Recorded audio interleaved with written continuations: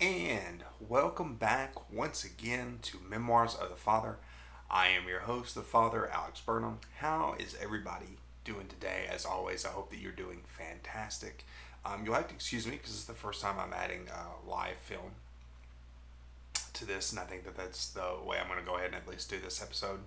Um, so hopefully everything turns out okay with that. You're going to notice my eyes wandering a little bit. My actual camera is kind of off center to what I'm looking at.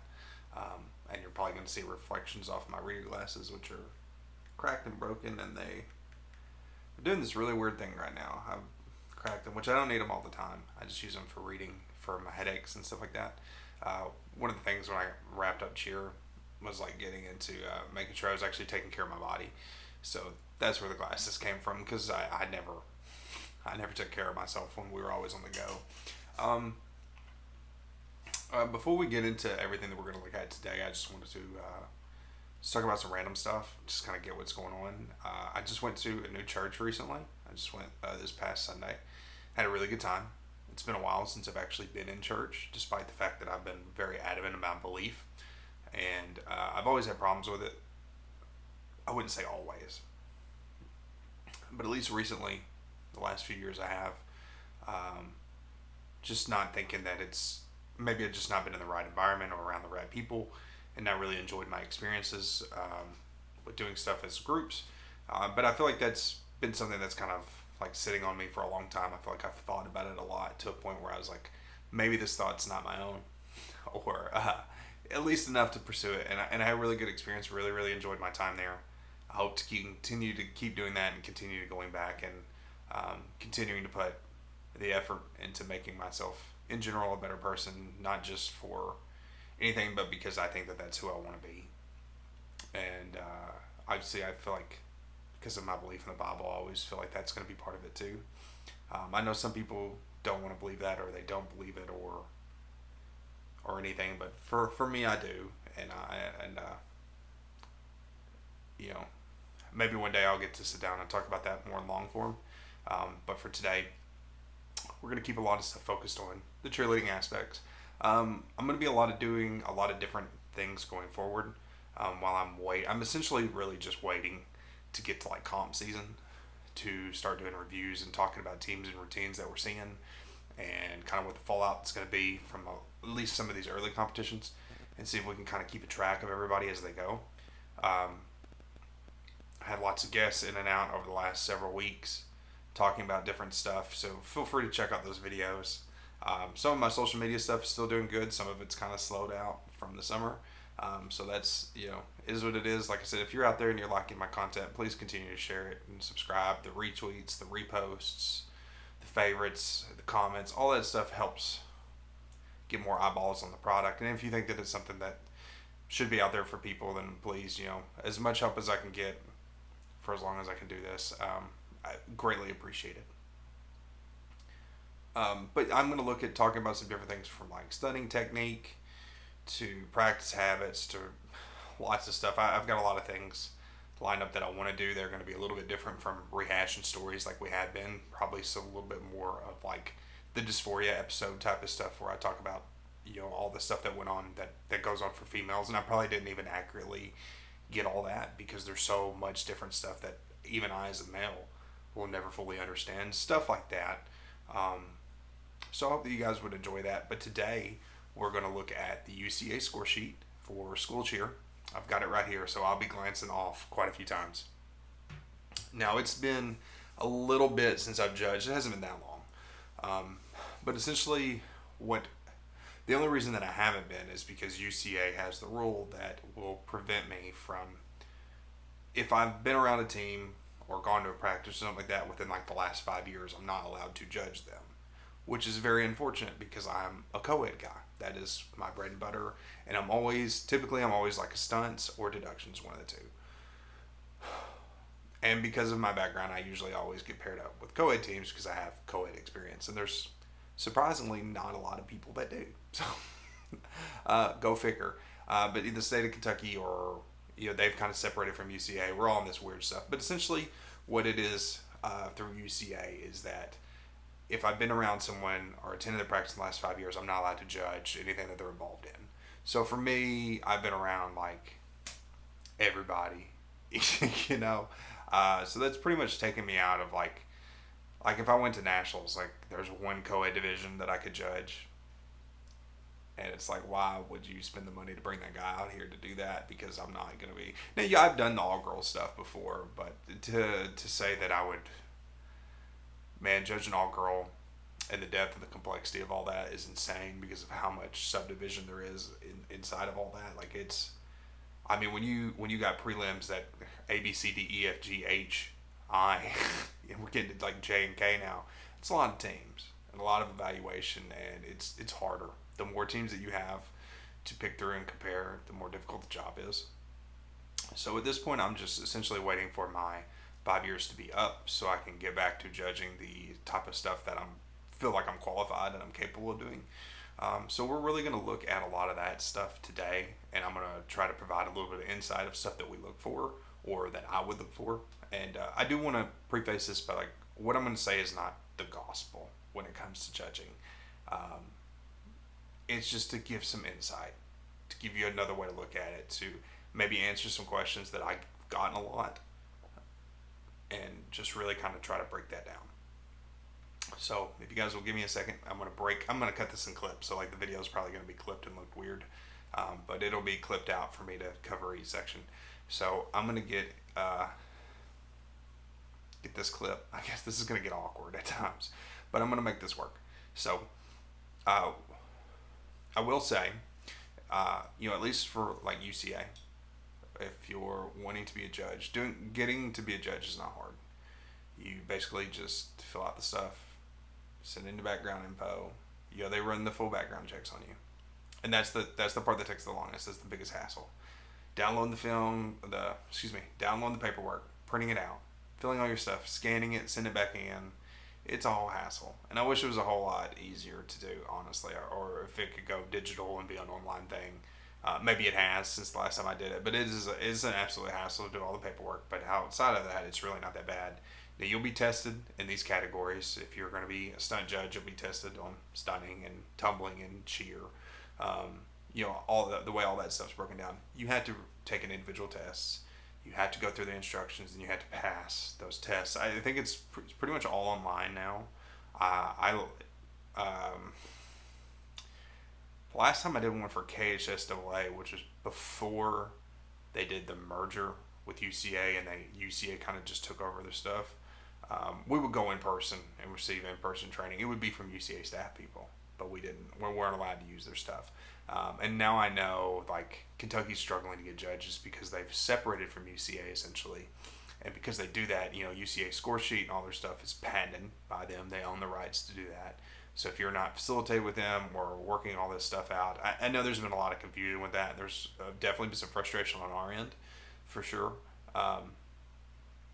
Because I think cheerleading, especially on the judging end, needs consistency throughout. And I don't feel like that's necessarily there all the time. And that's a complicated conversation to get into. Because if you start sitting here and saying, this is exactly what we want, I worry about if you lose the creativity of cheerleading. Because I think one of the most beautiful things about it is that there's so many different ways to do it, and so many different ways to style a routine, and so many different ways to put stuff together. And if you come out there and say, this is exactly what we want, then I worry that you end up with a lot of people that are just cookie cuttering, just trying to appease what you want, and that you'll end up seeing a lot of the same things all the time. And I don't love that. And it's hard to avoid it now sometimes to a degree because of what the talent level is. I mean, we have such a wide variety of skills that it's hard to like duplicate some things, but there are certain things that you're going to see all the time anyway. So that's definitely something that I always want to avoid. And it's just one of those things. I think the uniqueness and the versatility, the diversity that we have, just even within our own brands, I think that's a good thing. I think that provides opportunity to a lot of different people.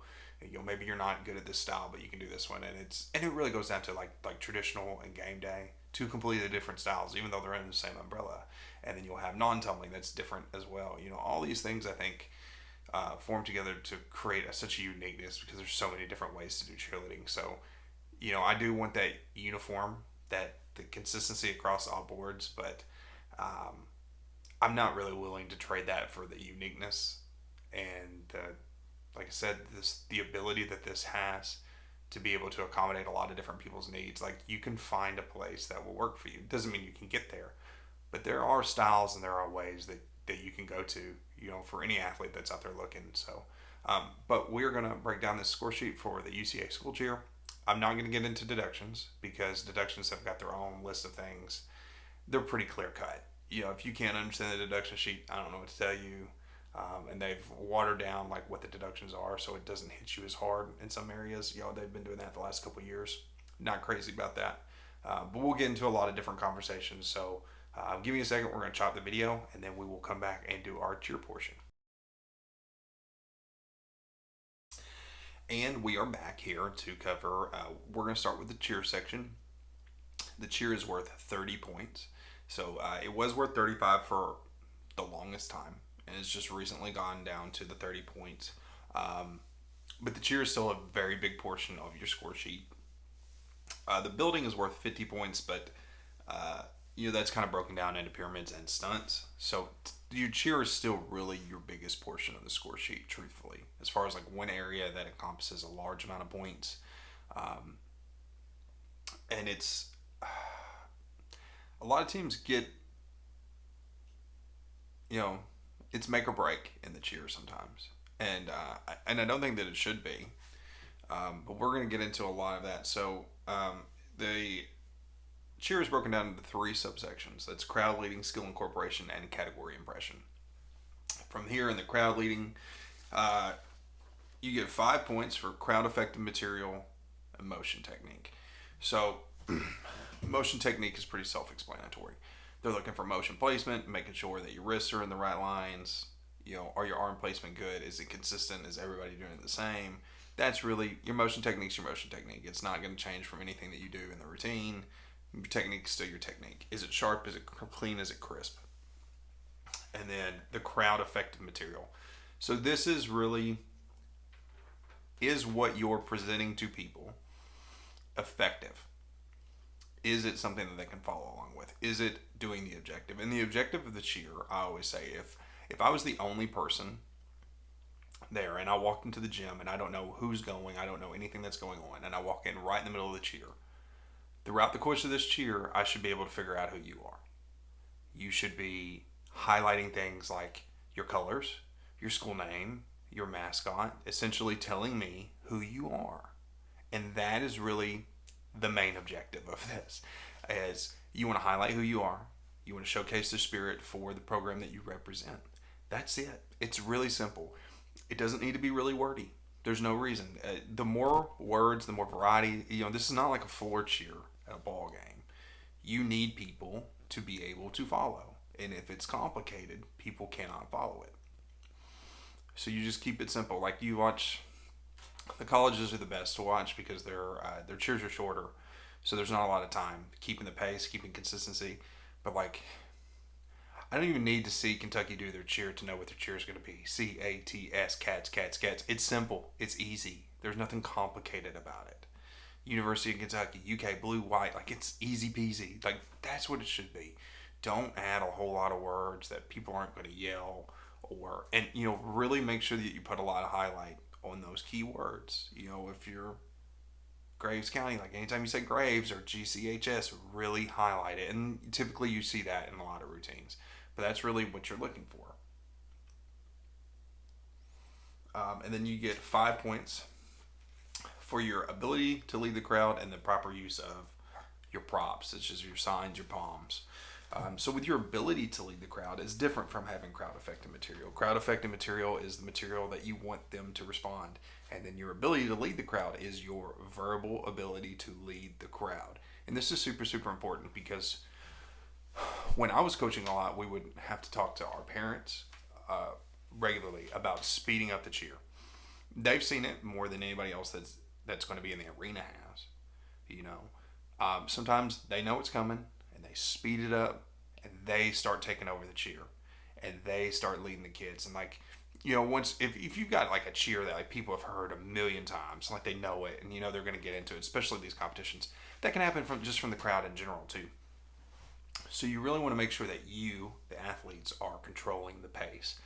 You're dictating how this is going, and the only way that you're going to do that is to have loud, dominating, and consistent voices that control the tempo, that control the pace, that control the environment. You are the leader. I know there's more of them out there than there are of you, but you dictate everything. And the only way that you're going to be able to do that is with your voice and with your consistency and with practice and repetition. You have to dominate that.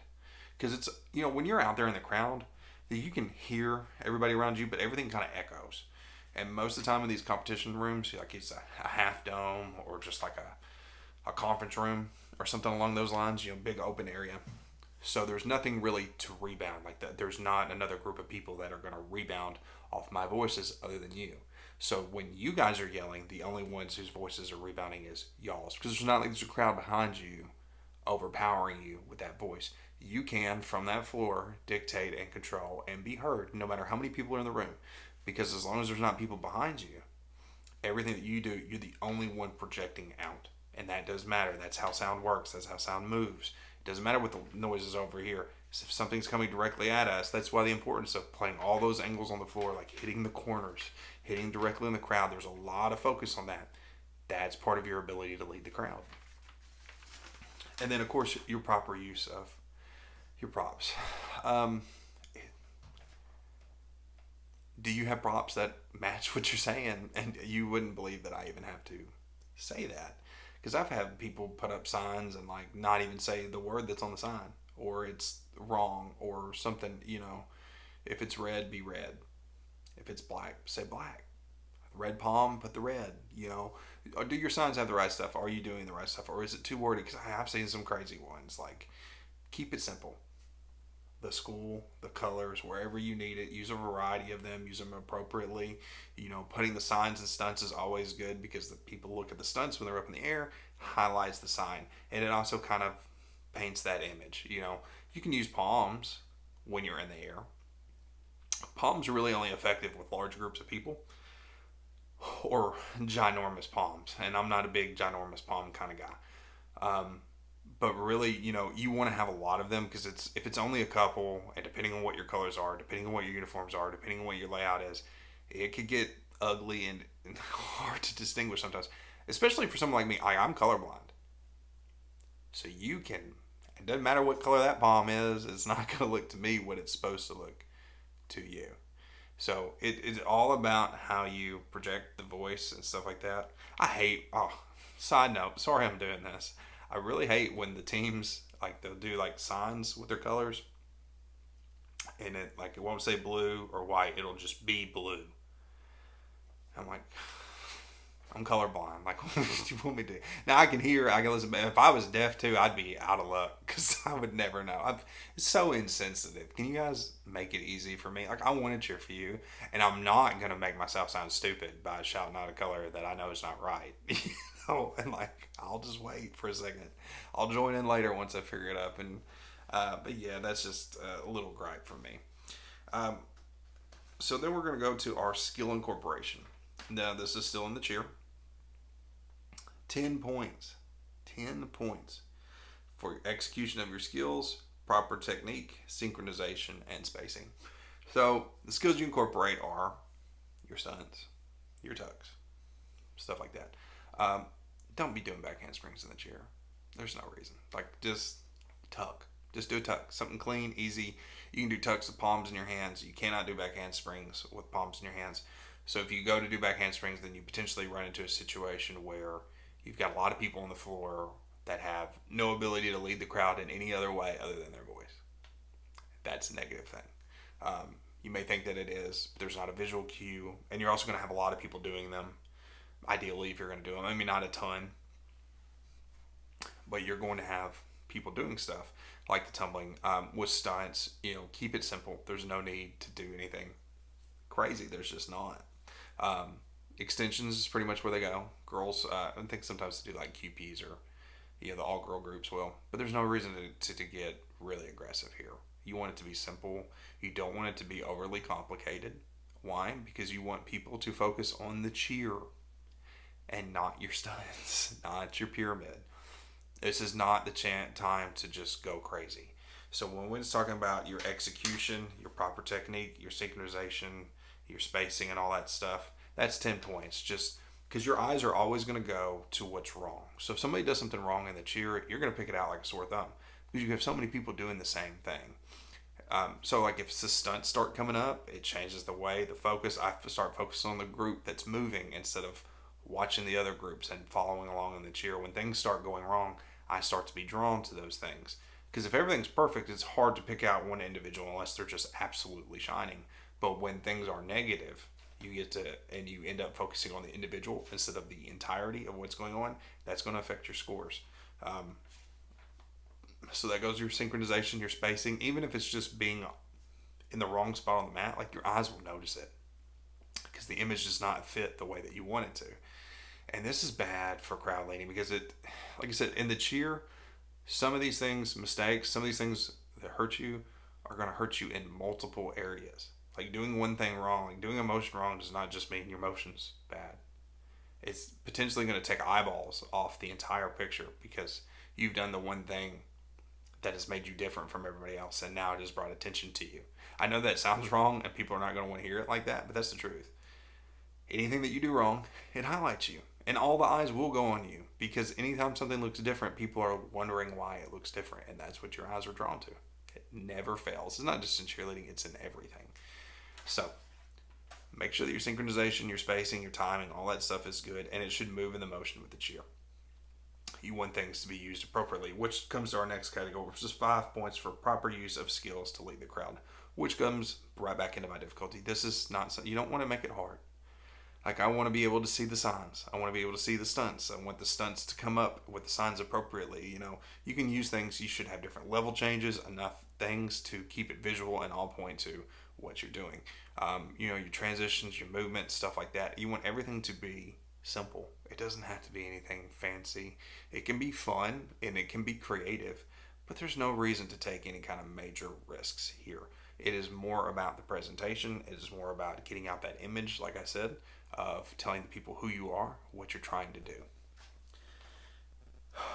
Which comes to our last portion of the cheer, the category impression. 5 points. And this is your flow, your overall crowd effectiveness, and difficulty of practical skills. Well, let's make this clear.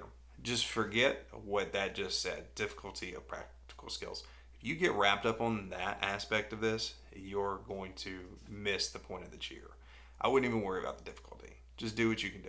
Keep it simple, keep it clean, make it effective. If you need lots of level changes, you need lots of variety and stuff like that to some degree, keep it simple. Like I said, it doesn't have to be, you don't have to be doing full ups. You don't have to be doing crazy stuff. You really, really don't. Just keep it simple, easy to follow. Make sure the skills are highlighting what you want them to highlight, whether that's the color, whether that's the name, or whatever your keywords are that you're trying to highlight. It can be lots of different things, but you need to use those skills appropriately. So your overall crowd effectiveness. So like you could yell your cheer really loud and you can control the pace. But if the material that you put out is not great, then it affects your overall. If the material you put out is great, but you kind of let them overpower you, you kind of don't have some consistency in your cheer, and we'll talk about that too here, that's going to affect you. So even though you've done one aspect of it right, doesn't mean you really got the overall effectiveness of this. So that's kind of scoping all these things that we've talked about already together, and your flow. It's very important that you keep consistency in your cheer. You don't want things that don't flow together, things that don't match, and that's mostly a verbiage. It can also move your skills. If you have like a slow part and then you speed it up real quick, that's bad. It should be a very consistent pace, almost like you do with the routine. It shouldn't change all that much. Do you see the vision? You see what I'm saying there? You want to keep it consistent as you can. You don't want to do it the way I just drug all my words out. Like if a kid did that in front of me, I would terrorize them. So, but I'm just saying, for the consistency of the beat, you want to keep that kind of flow. Maybe not that one directly, But whatever your flow is, it needs to be consistent. And a lot of people, sometimes they get jumbled up. They try to get too fancy with words and make stuff happen. This is not a hard thing. The only thing that's going to be hard about this is if you make it hard. It's not difficult to score well in the cheer. It really isn't. It's allowed. It's being effort. It's being clean.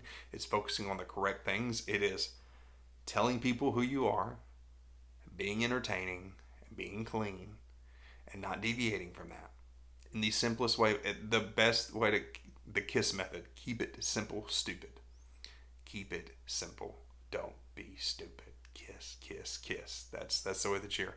Now, like I have said, like a lot of times when you make mistakes in the cheer, it's a death sentence, man. Dropping anything in the cheer is catastrophic because, like I said, you're not getting judged on difficulty, but that stunt execution, man. You drop a cheer stunt, you're in trouble. And now you mess up your flow. You mess up your ability to lead the crowd because you got people on the ground and everybody's eyes are on them. So it doesn't matter how good everything else is. I'm now focused on this group that's on the ground. And I'm not watching. I'm not participating. I'm not yelling the cheer. That's not good. So even though that one mistake, now all these other things are starting into effect. And we've talked about like a tenth of a point here, a tenth of a point there. You get 2/10 here. It's very quickly. I mean, depending on how bad someone really wants to punish you on the execution for a drop in the cheer. I mean you could rack up a 3-point swing really quick. I could see it because I'd come close to docking you 2 points for dropping a stunt in the cheer when it should be something that's simple. And it's, I know there's a lot more to that when you're evaluating a score, but then, you turn around and I'm going to pop you on your ability to lead the crowd, and I'm going to pop you on your energy. I'm going to pop you on your effective material. Because it's clearly not effective if you're on the ground. I'm going to pop you in your flow. Your overall crowd effectiveness goes down. And all of a sudden, if I take away 2/10 of a point for everyone, that's a whole another point right there. And then you're going to get slapped with the deduction. So you're looking 3 to 4 points real quick right there. You can't have that. That's why I say keep it simple. It's not worth the risk. It's just not. It's 30 points. It's 30 easy points. It's just a layup. Don't make it complicated. There's no reason to. There's a lot of good teams that have really good cheers. And, every great championship team has good cheers. You're not just ignoring this category. You can't. It'd be foolish. You're cheerleaders. The whole point is the cheer aspect. And they really push it at UCA, obviously, because like NCAA doesn't even do the cheer. But yeah, man, it's so important.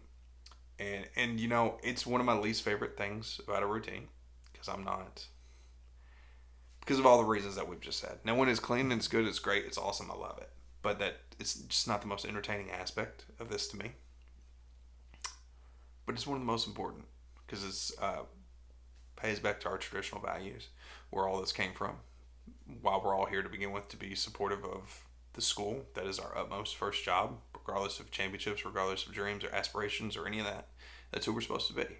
So yes, I do love that they still include that. It's not always the most exciting part, but it is an important part, and it should be viewed as that way for the cheer. And the way that they've got it, it's still, like I said, still worth 30 points as a whole. But it's important to keep it simple. It's important to play it safe, be smart, be effective, and tell people who you are. So we will be moving over to the building category. So I will clip here, and then we will come right back. Oh, peep all this, Chad. My white hairs. They're not gray. These are white hairs. Yeah, I'm getting all. You see these? Like they look like I'm having patches. They're not patches. My hair's white. I'm turning into Santa Claus, which is actually pretty awesome. I'm very excited about the prospect because of my love for Christmas. But I'm going to get back on topic here. So we're going to go to our building category. 15 points in execution, 10 points in difficulty. That's for your stunts and also for your pyramids. 50 points, big portion of your score sheet. Obviously, a real big emphasis, especially on UCA, for stunts, especially the last several years. And the variety that they've really opened up over the last 10 years, the way they've kind of trickled back and started pulling things back and allowing us to do certain different things. It's really opened up a lot of the variety. And we're going to get into a lot of what that actually means because this is my area of expertise. This is where, like I said, if I'm judging 99% of the time, this is what I'm doing. This is my best area, and I'm going to have the most insight of anything as to what I'm going to have on this. So we'll start from your stunts. 15 points, execution, synchronization, and spacing. So this is just like I said with the cheer as far as the synchronization and the spacing. You don't want anything that deviates from me being able to see everybody. So if someone gets off count, if someone is in the wrong spot, my eyes are automatically going to be drawn to that individual. And now I'm not watching and enjoying the full scope of the routine. My goal as a judge is like, this routine is so good, there's so much energy, there's so much positivity that I know I can just set my pencil down and I can watch the routine. That's my goal as a judge. That's what I want you to do. It doesn't have to be the greatest thing of all time, no. But you can tell when teams are going to do good. Like before they even get on the floor, you can tell. And I'm just like, it's awesome. That's what I want. So when you start having these things like issues, it starts taking me away from that because I'm looking. Your brain is always looking for something that's gone wrong. It's always looking for the negative. So when synchronization, spacing, those things are immediately, and then your execution is going to be the biggest portion of that. You know, toss technique, your grips, how your feet are, your stance, your body line, her body line, completion of rotations, form into inversions. This is a very, very wide definition right now. And I'll punish you for it. I know, like as a guy, I know what your grip's supposed to be. I know how you're supposed to do it. I know when you're doing it right. I know when you're manhandling somebody. All that stuff. I can pick it apart really, really fast. And on the all-girl element too, understanding execution is just, it's watching.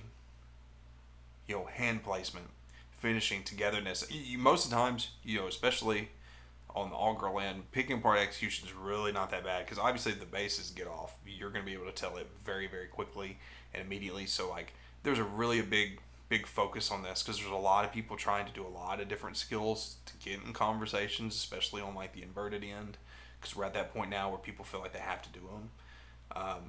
And some of the technique on them is terrible. And you have to create a divide. And you have to understand, I am looking as a judge to create a difference. And execution is one of the quickest ways to do that because it's easy to pick apart. If you don't have good grips, I can tell. If you're not supporting her toe, I can tell.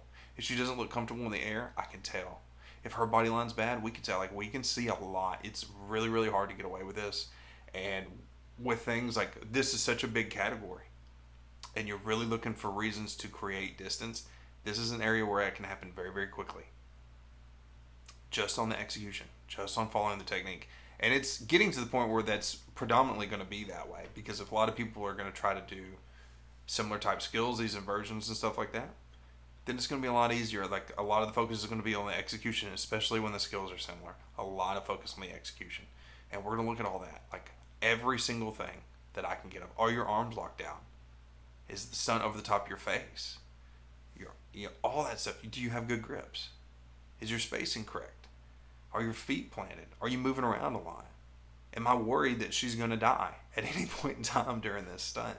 And, it goes into even more of that. Obviously, it's not just your stunts, it's your transitions, your movements. Same thing on your pyramids.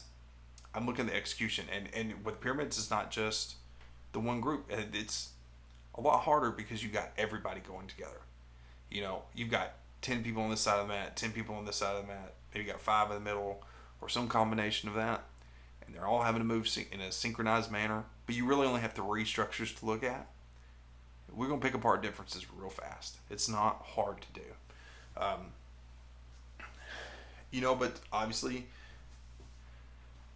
different things result in different consequences. I think what most people want to look at and want to understand is the effectiveness of negative things. Like when you flat out clearly drop, how is that also going to affect this when you have the deductions?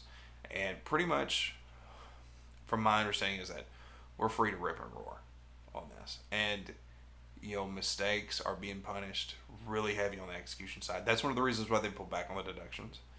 Mistakes are going to be punished a lot more severely here. Am I going to flat out say that you get 2 points for having a drop off your score? Probably not. But it's, like I said, we're looking for reasons to create a difference. And when you make mistakes, it's a very clear definition of what a difference is. And we can indicate that on the score sheet. Um, and it's going to be different places. Because like I said, you have that drop, and then you have all the overall execution. Do I think one drop should drastically affect your execution score? Probably not. But it should hurt it. I mean, at least half a point is my opinion, at minimum. And depending on a lot of different things, it's going to hurt you in some other areas too. So let's get to our difficulty portion, because this is going to be the most complicated one. Your difficulty is defined. It's 10 points, and it's defined as level of skill, how hard the skills are that you're throwing. And that is a whole question on its own right there, because of the amount of variety that's open to school cheer right now is insane. Even if you're like, oh, we're going to do an inversion. Well, which inversion are you going to do? You got back handspring up, front handspring up, hand in hand. And which ones are harder? And then, you can spin a lot of those too. So that, makes it even, opens the question. Starts to become more subjective. What's harder, a QP for a guy or a stretch for a girl? Subjective thing. But usually there's a pretty firm reason. But as you can see, it's when you're looking for reasons to create variety, and it's skills that have drastically different reasons why they may be more difficult than another, especially when we get to like the inverted side. Some of these things are going to be harder because of certain things, and it just depends. And sometimes it depends, the QP or the stretch. QP for a guy or stretch for a girl. That's going to be the argument. So these things are going to be, they can be really close, but there are certain areas where, there's very clearly a divide in the quality of skill, the number of skills that are in within a quality. The old score sheet used to be broken down to like super elite, elite, intermediate, advanced, novice, or something like that, and they were skills. And we've added probably like 10 new skills since then, because I might have been able to do like a release, but you couldn't do like releasing with a spin. So like low to high, switch ups, that stuff was all good. And then, like I said, over like the last 10 years, we pulled it back to the point where you can do a back handspring full up, which is just insane notion that people can do that. But yeah, so that's your level of skill. Number of stunts. This is important. Number of stunts. Because putting up one more stunt's hard. I don't care what it is. Sometimes trying to put up one more is very, very difficult. That's why these numbers matter. So the question is, when does the number outshine the difficulty? That's the question here. So if the skills are close in difficulty, I think it's a huge difference. So if you had, I've got 5 toss stretches, and I've got 6 toss libs. That 6 toss libs is probably going to beat the 5 toss stretches. Or if I had 5 all-girl back handspring ups versus 6 all-girl round-off ups. The 6 round-offs are probably winning. The skills are too close in difficulty to say definitively, like, putting up one more is clearly harder. You know what I'm saying? Like, they're really close. Like, obviously after a lib comes a stretch. After a round-off up, you want to go to the back handspring up. They're really close. They're prerequisites of each other. There's not a lot of difference. Now, if it was like, from a co-ed standpoint, if a team came out and we did 5 hand-in-hands and this team did 6 toss extensions, that's not equivalent in my mind. Like, I understand that that's 6. I understand that that's more, but there's too big of a gap. I mean, the difficulty between those two skills is too huge to justify it. Now, if it was a full up, it becomes a little bit more of an argument. 6 full ups versus 5 hand-in-hands. Inversions are difficult, but the next hardest thing that you can do to an inversion is full twist, the full up. So from the co-ed standpoint, you could make the argument that it's, is it definitively harder? The best case scenario here is you come out equal on par. But I definitely think you might get a little bit of an edge. But obviously we're not looking at just one stunt when we evaluate all this. And I'll really break that down after I get through all this. Obviously we're looking at like the whole scope of everything. But I am going to break that down. But we're going to finish following out this definition.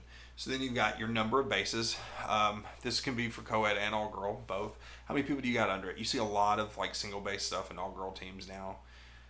It's a great way to really pump up some numbers real quick, because obviously if you got less bases under these stunts, you can put up potentially more stunts.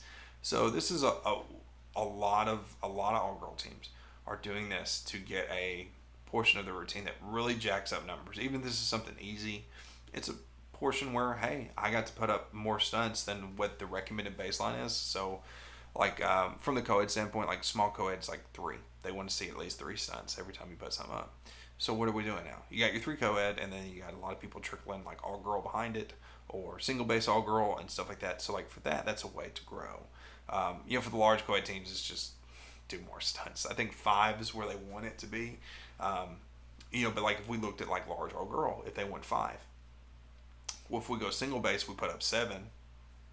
That's a chance for us to go above and beyond what the requirement is, even if it's something easy, and showcase that. And it kind of forces the, like, a lot of teams are doing that. It's kind of become an expectation to see these kind of things. You kind of expect to see a lot more single base stunning across the board, even in all girl. So there is a lot of pressure to do that, and a lot of pressure to match that number, because it's kind of a requirement now with number of bases. So like they expect to see these type of skills. It's good to find a place to do these type of skills. And then we also go into your transitions, your variety. Your variety is like a big thing right now. So variety is like creative ways that you get into stunts or variety of skills. So you do a back handspring up to lib, back handspring up to immediate, back handspring up to immediate stretch, to QP, all kinds of skills. That's variety. But then you have variety in the way that you get in, like you do a hand in hand, or you do a split hand in hand where the girl splits. That's variety. Same skills, just some creative variants, or something that you're not going to see, something more than the basic pop through the platform, get a grip and pull. So at least from that difficulty perspective. And then your variety also just within your transitions, and you want to see variety in your skills. Like I don't just, for a high school team, I don't really just want to see you do inverted skills. I want to see variety. I want to see release skills. I do want to see inversions. I want to see toss skills. I want to see single base skills. I want to see spinning. I want to see as much variety as possible. Before the big difficulty push years ago in large co-ed, we were kind of the mindset that like we had a variety in our skills, so we needed at least a lib, a QP, and a body position, stretch, air bass, something like that. Had to have that, felt like every single year, just to be competitive. So we built a lot of our routines around that. So a lot of the variety that you're seeing today is that people want to see a mix of these things. They want to see you doing different things. If you can come out there and you can slap some hard skills, that's awesome. But like I said, I think when you look at the variety and the flow, because if you overpack too much, at some point, is the risk worth the reward? That question has to be real, and it's important. I'm all for going for broke, but you have to understand, is the risk worth the reward? And if you jam pack your routine top to bottom with nothing but a variety of inversion skills, you're running the risk of getting popped really, really quick. So I like to see my variety. And then, so let's look at that. How I'm going to judge this. So when I'm evaluating or watching a team, I will write down everything that I see, typically on a piece of paper.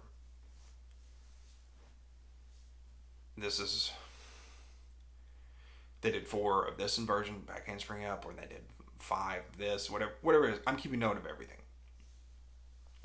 What is the hardest section of the routine? That's what I'm going to look for most. And typically that would be, normally it's your inverted section. But it just depends. If you've got the numbers, if you've got the quality, the numbers going to me evaluating what the hardest part is, that is a part of it. The difficulty goes in. All these things we've already talked about. So I'm looking, based on all these things, what do I think is your hardest section? That is really the bulk of your score. And everything after that is really, did you check the boxes? Because, okay, if an all-girl team comes out and they do 5 back handspring pull-ups, If they turn around and do 5 back handspring ups after that, not really a point. Like I know they can do it because I've already seen them do this skill. So they should have followed the order of progressions and be able to do everything that's before that. Obviously, if they're executing at this level. So at this point, everything after that is edited. And this is going to be important because at some point I'm going to ask the question when I'm comparing teams. Do I think that this team was capable of doing that other routine, and do I think that that individual was capable of doing theirs? That's important because one of the ways to create difference, it's that simple. So I'm going to compare the big areas on each team, and then I'm going to do, did they hit the other check marks? Did they get the body positions? Did they get the variety of skills? Did they have a section where they had numbers? And if I have to look and break down all that stuff, but really a lot of it comes based off that big area, and then everything around it is decimal points. And decimal points, making sure that you check these boxes. Now, when you really get into it, I like to always just compare. What do I think are the best and strongest areas? And I just compare them. What do I think the differences are? Where do these things cancel out? Because they may have beat you in this one stunt, but I think in this other stunt you guys won. Does that cancel out? What's the difference? That's what I'm looking at when I evaluate. I am looking at the differences because that's the easiest way to score and evaluate. And I'll do that for every team. That's why I write it down and I keep a list. When I see every team that comes out, I already know what I'm comparing them to. And I keep that list with me throughout the entire time. We're allowed sheets of paper to write and take down notes for me. And all the judges do it. We want to be able to compare. We want to be able to know that we're scoring accurately. That's the way I'm looking at this. And, obviously if you get in these scenarios where sometimes it's really hard because there is so much variety and there is so much difference in skills. Like even though I'm comparing skills at a time, sometimes the differences get so radical, so different. Because there's just so much variety, there's so much possibility. It can be a task. Like you really have to think about it. It's not always super dry, especially when you get in these divisions that got a lot of teams and a lot of teams that do well. You really have to sit down and think about this because you have to create a difference. Not everybody's going to score the same. Some people will. But when you're evaluating difficulty and you have such like 10 points, it's a big chunk of the score sheet, but it's not a lot. And you don't have a lot of room to work with. So if you're the first team that goes, if the first team that goes is the best team, the scores are generally going to be low. Because when you come out and you score them, you have to leave room in case somebody comes out here and does something that's better. Even if somebody's not going to. You don't know till you see it. So you've got to create that space. Typically, if the best team goes last, the scores are a little bit higher. Because as you get close to the end, hey, you're blowing through that room. If there's people that are better, you've created that gap. It's starting to become apparent. And then if somebody comes along that's outstanding right at the end, and nobody else is coming after them, you can really blow their score up because hey, this is the best team. This team I think should win. So there's a lot of things that we're going to look at when we're evaluating those stunts. Just the way you get in stunts, and right now with so many people doing similar skills, like the back handspring up, hand in hands, you're going to see those across the board. Some people are going to spin, some people are going to do some different things, but right now, you're going to see a lot of that inversion that gets you into the conversation. And one of the ways that people eventually are going to wise up to it because they're going to try to create a difference to make theirs look better than other people, even though they're doing the same. So that's when varieties, transitions, variations, that stuff will come into play more and more and more as people kind of are coming into that level or plateauing at a certain level. You're going to see an increase in variety here and creativity. Now with scoring transitions, that's always a hard one because when you're scoring transitions, especially in stunts, if it's not directly a part of the stunt, or if it's something like the old school stuff you see where it's some wild kind of flippy, spinny, there's all kinds of stuff out there that you'll know exactly what I'm talking about. Sometimes that stuff's hard to score. That's up to interpretation. Your transition is not going to be an insane part of your score, but if you get a 0.2 of a point because of it, it could be a lot. But obviously all those transitions, those are kind of up to interpretation, and kind of how you look and view them is just going to be different, some transitions flip, some spin, some roll, some connect, some transition. Sometimes there's a pause, all that stuff. There's a lot that you could really get into. Like I said, there's a lot more complicated than people think, and it just depends. Right now we're seeing a lot of stunt pop off or minimal transition, minimal dismount. But like I said, at some point we're going to reach a point where people are kind of plateauing because you can only open the door so much before there's nowhere else to go. And at some point, everybody's going to catch on. If it's going to even out, it's going to start to plateau. And the variety, the transitions, the creativity, all that stuff, it's going to have to come back in some way or shape or form because we're going to get to the point where that's the only way you're going to be able to distinguish yourself from other people. Now, with pyramids, a lot of what I just said is true for pyramids. But on pyramids, as far as like difficulty, one thing that I would sit here and I'm going to say this, and you would not believe how many times I have to have this conversation with somebody. It's not just the main group. Those mid layers, they need to be doing something. That's where a lot of people miss out on points in the pyramid when people come like, hey, why were we not this? Because essentially what's going on is you got 25 people on the floor and I'm just watching two sets do something. Two co-ed groups. It's really a guy and a girl on the other side doing a back handspring up, hands full around, and there's mid layers and bracers around them, or some crazy thing. But I'm essentially just watching a small portion of your team do stuff while everybody else stands around in a prep. Find ways to incorporate those side groups. That's really, that's something that a lot of people overlook because that is part of the pyramid, and it is a structure. And one of the things that's predominantly great about the pyramid, it makes pyramid so difficult, is that it requires everybody to be on the same page.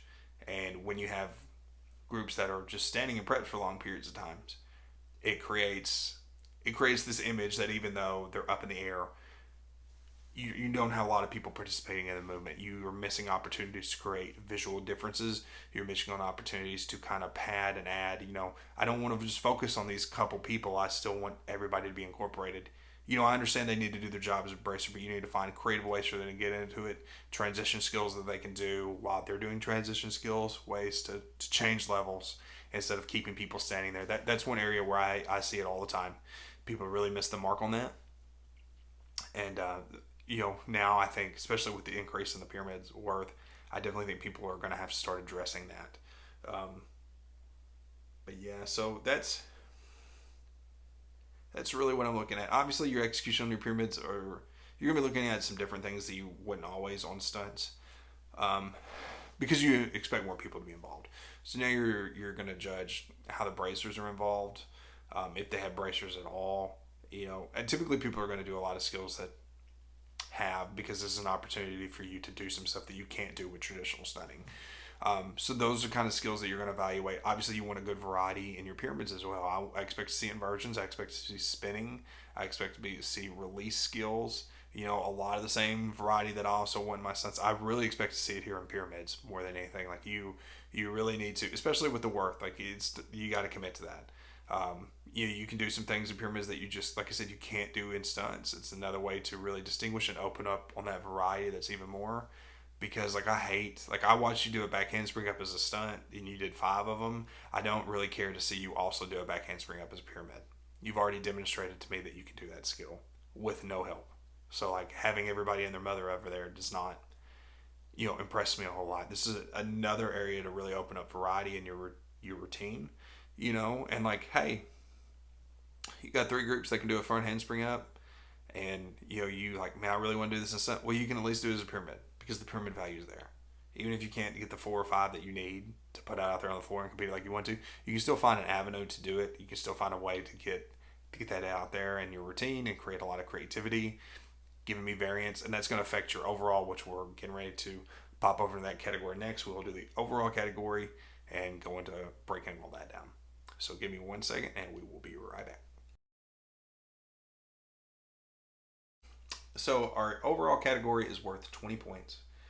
And that's obviously broken down into 3 subsections, which is your standing/running, group tumbling, jumps, and category impressions. So let's do the tumbling first. And I want to say that it is an absolute travesty how little that they value tumbling on this score sheet. People spend a lot of money and a lot of stress and a lot of work on these skills for them to just be treated like they're secondhand things. A lot of people go through a lot to do that. And, 5 points is just ridiculous for standing and running. You know, it's one of the most stressful things as a coach, working on the timing of your tumbling, the timing of that many people, and it's 5 points. And I just think that that's ridiculous. Like, I understand all this stuff matters and you got to scrape some stuff, but like, come on, man. Like, do we, I think that that's a little just ridiculous. Okay, so we got 5 points for your execution on your standing and your running tumbling. So, like, let's split that in half, 2.5 to each. Very small room for error. That's the translation here. Don't put anything out there that's going to not look good. I'm telling you that right now. Don't even bother. Because it's definitely not going to help you as much as it's going to hurt you. I promise you that. Guarantee it. But I still think you're going to see a lot of people play to this, man. Because tumbling is a really good way to involve people when other stuff is going on. It's used as accessories, transitions, create visual appeal. It may be worth less points now than it has ever been, but it's going to be important. You're still going to be expected to do standing tucks. You're still going to be expected to have running tumbling. You're still going to be expected to have fulls, and you're still going to be expected to have variety stuff. Jump tucks, stuff like that. Like a toe back or a double toe back. Those are considered tumbling aspects. So you have stuff like that, ways to create variety. This is going to be inching every single year. People are going to be scrapping in the tumbling. And obviously it's 5 points for difficulty, and that will include the level of your skill, number of skills. So essentially what we've got here, because of, like I said, just there's no room for error. You're still going to be expected to have certain skills. Now, are they going to significantly amplify? No, but these are tenth points that you're going to be fighting over. And it's, I'm telling you, people are going to be dog fighting over some of these. Do I think, if you get a lot of top teams that are really close, like I said, if there's enough there to create a big difference, someone is going to pursue that. So you're still going to be expected to do a lot of these things, but the value is worth a little bit less. I feel like standing tucks are a staple. You feel like you have to have them somewhere in your routine, and a large number of them. There are still going to be people that throw standing fulls. You're still going to have people doing 2 to fulls, but those are going to be minimal. You're probably not going to see big chunks of those. But people are still going to do stuff like that. And I think you should. I think you should incorporate that. Like I said, even if it doesn't affect your tumbling, it is going to affect another part, your category impression, which we'll go over later. So even if you guys are not using these things directly, you have to understand they still will fit into the overall flow. This is not something you can just ignore, even though the point value has gone down. It still can be used. There are other ways to use tumbling creatively, other than just the benefit of your difficulty that will affect your routine in positive ways. And like I said, we'll go over a lot of that when we get to the category impression that's at the end of this overall category that we're looking at. But yeah, I think the big message here is just don't put anything out there that you're not confident is going to stick and stand. And I can't stress that enough. Like if you give them a reason to create a difference, they'll create one. And this is a small category, so mistakes are still going to count the same way the mistakes did, but the point value is worth less. So the impact is much more negative. That's essentially what they're telling you, is that everybody should be able to do this. That's why it's of low value. It does not matter to us. It's still going to matter, okay? And it's still going to be important. And it's still going to be a driving force because we're tumbling, not non-tumbling. It's still going to matter. There's the values left because the expectation is that everybody should be able to do these at a high level on the national or state level or whatever it is. That's what the message is that they're sending with that. Not that it doesn't matter, but that because it's so common, it is so expected that if you are able to make mistakes on this, it will negatively impact your ability to win competitions. That's the real message behind that. So let's go to jumps. Another category that's brutal. I really don't even see a lot of jumps. I mean, everybody has like one section. Like for us, UCA from a co-ed perspective really kind of got away with it. I mean, we'd have our points and have a points, but like for our state stuff, it was like a really big emphasis for jumps, and we had different scoring for a long time. So a lot of our routines were really geared towards having jump skills. I mean, typically when we got to nationals, we'd blow people up because we did a lot when other people didn't. But because of our state, it was like commonplace to have stuff like that. But I still think jumps are important. It's another one of those old elements of cheer that you're never ever going to get away from. But once again, this is kind of mistakes will be crucial because the impact is going to be the same, even though the value is lower. So it's going to impact everything twice as much or more than what it would before. So execution, tech, form, height, synchronization, that's 3 points. This is just what your jumps look like. Is your chest up? Are your toes pointed the correct way? Is everything stretched and open up the way it's supposed to be? Is your arm placement good? Is everything even? Do you snap together? Do you land clean? Do you stand up clean? Is everything, your motions leading into it? There's a whole lot that goes into this. Like I said, this is generally not going to be a big chunky routine. Probably an 8 count, 2 8 counts at most. And that's getting there, doing it, and getting out. But it's important that these things are done correctly. Because obviously, the last thing you want to do is throw away 3 points. And then your difficulty, 2 points for your difficulty on jumps. And that is based on your types of jumps. If you're just going to do a plain Jane toe touch, or you're going to do herkies, hurdlers, pikes, around the world, let's really get into it. Or, your combos and your connections. How many jumps are you doing simultaneously? How are you connecting them? Do you have transitions with them? Stuff like that. Like I said, for 2 points, I don't think you have to go crazy, but I do think there's probably like a certain requirement that you're going to need to meet. What that would be. I mean, the teams that are in the divisions will know better than I will because they'll know what's scoring well in jumps. It just depends on who you're going to compete against. But I would say, you definitely need combo. You definitely need variety. And, like I said, if you're just coming out there and playing Jane toe touches, I don't think that you're going to be super pleased. I mean, I don't think it's going to be terrible, but I definitely think that you're going to be leaving room for someone to exploit you there. And then our category impression. 5 whole points here. Overall choreography, motions, dance, visual appeal, flow, form, and transitions. Okay, so now we're looking at the overall scope of your routine. Is the pace the same? This is important too because I run into issues like this. Because a lot of our routine of one season, everything was really fast paced. Everything was moving, and then we got to a stunt sequence where it took a long time to do. It was kind of slow. Even though we had stuff going around, everything that was in the air kind of felt slow. And I feel like it affected the pace and the transition of our routine. You want to keep it consistent. You want to keep it moving. Your routine should build energy and your performance and your reactions from the crowd.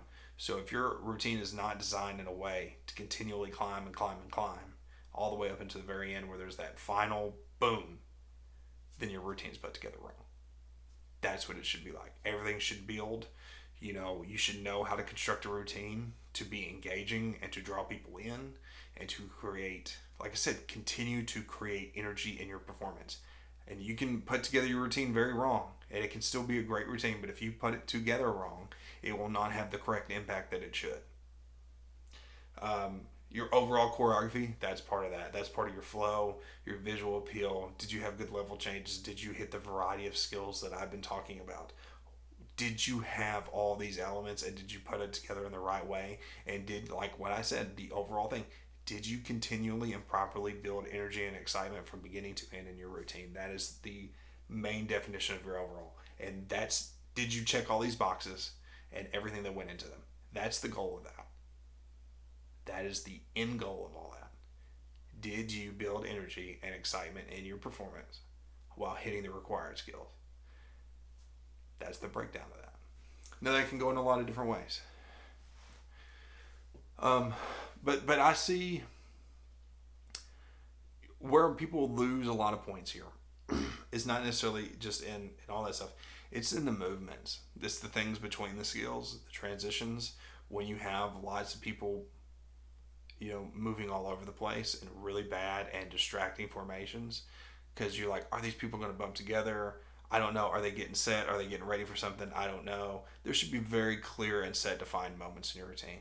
You want to keep the traffic minimal because it keeps the distraction, keeps the bump, keeps everything flowing. You want everything to move and flow. That's where a lot of people really miss out on points, because they're putting stuff together in a way where people are having to run all over the floor, or this dude's on this side of the floor and then he's got an 8 count to get on the other side, so he's sprinting, or these girls are all switching up and they're jumbled, and places where those things hurt, because now I'm looking at the mess, the mob, the mesh, and I could potentially miss something else that I'm not supposed to.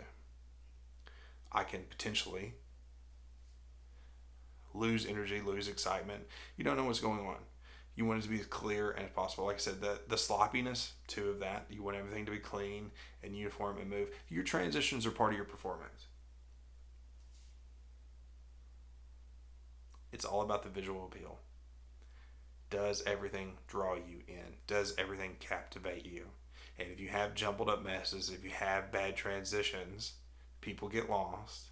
It loses the visual appeal, loses the art, but it is part of your performance and you must respect it. We used to stress over transitions. Whole practices where we would just sit there and work on people walking to the positions correctly to see if we even liked it before we even tried anything. I'm dead serious about this. Entire practices focusing on learning how to move on the floor. Make sure everything looks clean, making sure everything can get to where we want it to be in a way that moves and creates the energy, gets us to where we need to be, keeps our pace. Entire practices on stuff like that. It is important. So that's what this is about. That is your overall impression category. Did you build the energy and the excitement while checking all the variables off in your performance? That's what it is. So that will be my breakdown for the UCA score sheet for school cheer. So hope you guys enjoyed that. Hope you guys gave you some insight. Like I said, as always, you are more than welcome to reach out to me and ask me any questions that you want. I really don't have a whole lot to add to this. I will say, with judging, like I said, it is comparative. And so what that means is that you may be scoring a certain way against these people that you won't score against if you were competing against other people. Your difficulty could seem higher if you're the only one doing that difficulty, but as you progress to these competitions like state and nationals that have higher quality and better teams that you're competing against, you can potentially see drastic changes in your score. Is that right or is that wrong? I don't know. I would always say, don't really focus on the numbers of your scores. Unless they're like egregiously low and you horribly disagree with how low they are, don't really worry about the numbers. When you're looking at the feedback, I want you to look at the differences between you and the people that you competed against. Not, I got an 8.5. Hey, I won this category by 0.7 points. What can I do to increase that? Because you have to think about that. I'm only thinking about adding decimal points. Creating a gap, creating a difference. Don't think about, I need to get a 9, because you might have been a 9 somewhere else and you're just an 8.5 here. Yeah. Or, maybe you're not even really an 8.5. Maybe they're overinflating you because you were the best team that they saw. Maybe you're really an 8. And then you're trying to pursue something that's not realistic. You want to look at the difference. Because if you're 0.7 better, no matter what the scores are, you should always be 0.7 better. The differences is what creates, because you want to have a fair and just difference. I'm the kind of guy that will hold up a whole competition because I'm trying to get the scores right, because I think it matters. I have a respect for the coaches. I would want it to be right. And when you're looking at, you're trying to evaluate all these things, you want to get it right. And sometimes you have such small areas to work in with your points and so many variables to look at that you have to take your time. And sometimes you have to really think about that, especially if it's not that clear. You get two people that are really similar and just duking it out, all the details matter. Okay? So I'm one of those people that I'm going to stress over stuff like that. I'm really going to focus on that. and making sure I got the differences right. Because that's, to me, that's the one thing that I really had to focus on, is not overpowering, letting my opinion overpower everybody else's score sheet. It needs to be consistent across the board. I need to be able to justify my answers, because if someone doesn't agree with my scoring and they call and complain, and they have to call me, I'm gonna, because I took the time to evaluate it, I'm going to be able to justify the score that I gave them, the difference that I created, and why I did that. And I'm going to take my time, and I will not sign off on anything that I don't feel like meets that requirement. I am going to be able to justify what I produce. It's that simple. And I'll take my time with that. And I'm going to look at all the details. But like I said, it's really about the difference. That's what you should be concerned of at the end of the day, is why was this person better than me, or why was I better than that person in this area? The difference. Don't try chasing numbers. It's not, like I said, if they're really low and you're just flabbergasted as to why, yeah, that's probably a difficulty issue. But most of the time, it's really just, if it's not obvious, it's not that big a deal. It's really about the difference that you guys have. And no matter what changes that you're going to make, unless you're drastically restructuring stunts and redoing stunts and numbers and groups, it's not going to be a huge change in your score, unless you're really just gutting stuff out. But like I said, there's a whole lot into that. Like I said, there's such a variety, and you have to play the whole score sheet. I understand you want to create as big of an advantage as you can everywhere, but be smart. There are ways to chip away at scores without just going crazy, without really fundamentally changing the way that you're doing something. Hey, this person's scoring a little bit better than me in stunts. Well, hey, I'm going to do the same stunt, and I'm going to add a full down. Just going to give me another dismount. Maybe it only gets you a tenth of a point, but gets you a tenth of a point closer. All right, hey, I'm going to find a creative way to transition to this stunt. You know what? Maybe I didn't boast my stunt score, but I helped evaluate my visual appeal and bumped on my category impression. So whatever I've lost on there, I've now found a way to gain up on another area. There's smart ways to work this score sheet. You have to take your time on it. And I know that's hard because you don't know most of the time who you're competing against. But if you've been and you've gotten score sheets back, you kind of have a general idea of where you're going to be, and you get a lot of feedback throughout the year. You depending on the competitions you do. I mean, you don't get the greatest feedback. Like, you're never going to have somebody break this down on a score sheet like the way I am to you right now, because they don't want us to do that. Because if I go and I give you advice and you go somewhere else and you score lower because it's subjective, and then you're pissed at me for something that I said, obviously that's pretty justifiable. So that's why they don't want us to do that. And like I said, I'm not sitting here telling you anything that's going to affect your score. I'm not saying you should do this or you should do that. I'm just telling you stuff that's pretty reasonable. You can deduce a lot of this on your own. It's not rocket science what I'm saying. But a lot of people just don't look at it all 100% the same way. I talked to my boys when they got their scoring for partner stunt and kind of evaluated that, and I'm like, here's what you're looking at. And he was like, he didn't have great routine. I was like, here's what you're looking at. And I will stress this too. I didn't mention this during the stunts. I cannot score you on difficulty on anything that you don't hit, because I don't know what it's going to. It could be obvious as all day long. But because you'll have teams that, like, these 5 teams that a backhand spring up to extension, and this, then they had 3 groups in between do it to a lib. Okay? If that, one of those libs drops, I don't know. Was it to a lib or was it to an extension? I don't know. It didn't hit. And you got people doing multiple skills. So now I can't guarantee what that stunt even was. Especially if at no point in time they had hands on it, had control. I mean, if you have some distinguishable control to give me an idea, like, okay, that's probably where it was. But like, maybe you were supposed to do that backhand string up lib to your chest. I don't know. I'm not going to give you credit for trying to do it to the top if I don't know. I can only score you on what I see you hit. So if you just flat out drop something, your difficulty score is going to get hurt, because I'm not scoring you for that skill, because I don't know what it was. You can sit there and say it's this is, I don't know. You never had control of it. And there's so many people that try to cheat, or not, I won't say cheat, but they try to play that game where like, you know, five of these teams are going to do a full, five of these groups are going to do a full round, and the sixth one doesn't. So I don't know. They're trying to trick me and say we're going to do six. Well, if you drop it, I don't know. I have no idea what you're going to try to do. That's the way I have to look at it. I will never see. Doesn't matter how well you lead me. Doesn't matter what everybody else does, because there's people, like I said, that try to do little different things. Try to play on the visual cues. Try to get some credit in places. You know, it happens.